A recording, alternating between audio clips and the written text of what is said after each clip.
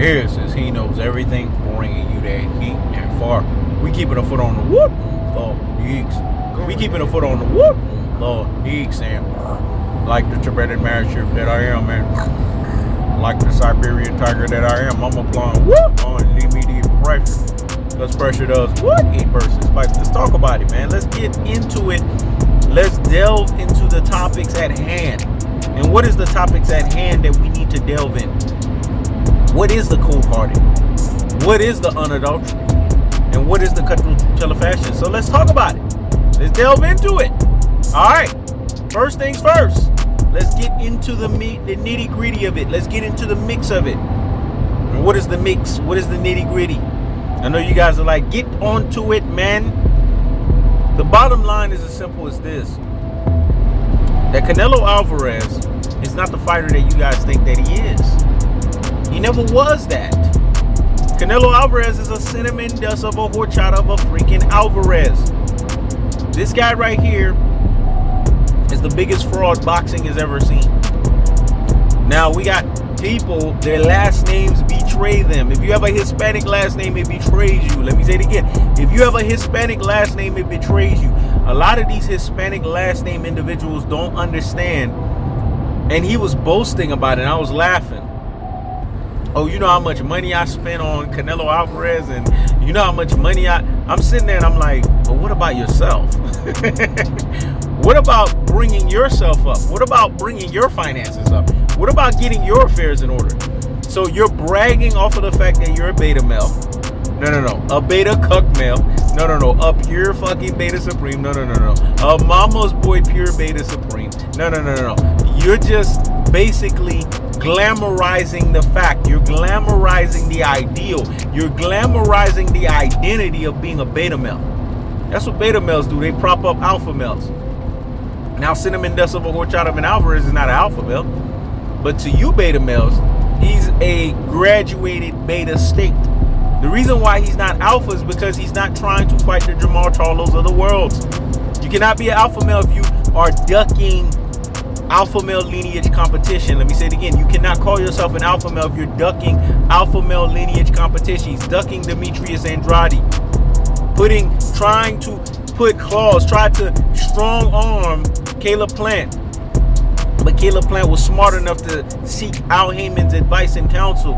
And that's why he can't strong arm the situation. And basically is now seeking out Andre Ward for that SOG unofficial airfield fighter alpha molding and training.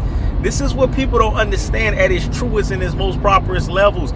These are the things that you have to seek out. Cinnamon dust of a horchata of an Alvarez is what he's always been. A cinnamon dust of a horchata of a freaking Alvarez. This red-haired Caucasian masquerading as a Mexican. Let me say it again. This red-haired Caucasian masquerading as if he's Mexican. Don't know if you could tell the difference between Canelo Alvarez and Carrot Top. They got the same hair. They're both fucking Caucasian. But these Mexicans are running with the fact that they think he's a cash cow. How the heck is he a cash cow? And they talk about, well, he had 1 million pay-per-views. How? What 1 million pay-per-views are you guys talking about?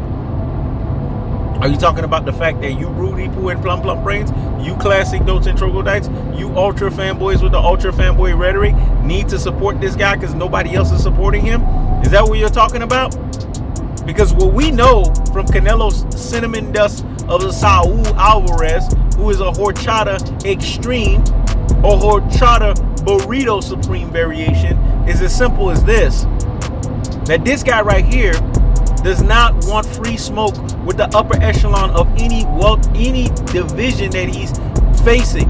Whether if it's a 154, where he fucking started out at, a 160, a 168,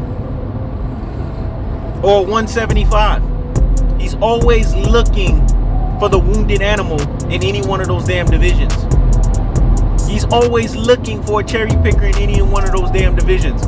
He's always looking for a boxing, judging, gifting decision in any one of those divisions.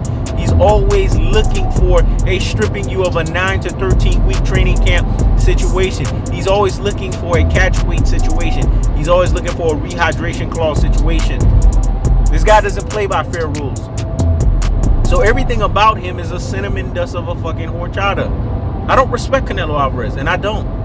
And I never will respect him. Canelo Alvarez owes the boxing community fan bases to earn respect. He owes 4 elite fights. He has to fight a Jamal Charlo, beat him definitively. He has to fight a Demetrius Andrade and beat him definitively. Then he has to turn around, remix that bitch, and fight a David Benavidez and beat him definitively. And then go step up to 170 fight Arthur Beterbiev and beat him definitively. This is what he owes, because he's fought so many wounded animals, so many cherry pickers, so many boxing judging gifting decisions, so many situations where it was precarious and it was found that this guy was found in inevitable fate, in a bad state. And because of that, the identity, the affiliation, the association, the verification, and what we would say the authorization thereof of this is as simple as this: that he's a cinnamon fucking dust of a horchata.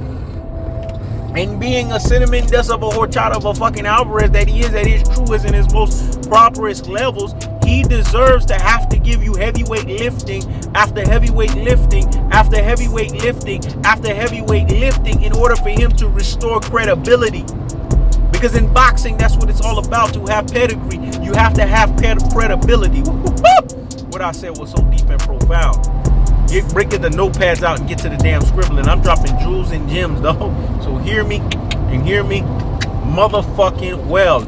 In order to have credibility, you have to do what's called getting and ingratiating pedigree. If you don't have pedigree, then you don't have credibility. And when we look at cinnamon dust of a horchata of Alvarez, outside of the bachelor's degree, the PhD boxing lesson that Floyd Money Mayweather gave him, outside the fact that Erislandy Lara beat the shit out of him, notice 2 elite black fighters did his ass up.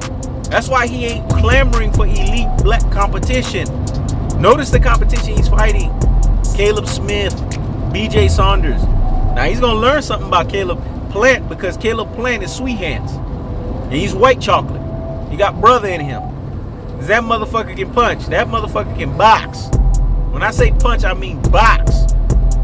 He's a pugilist, so he's gonna learn a thing or two.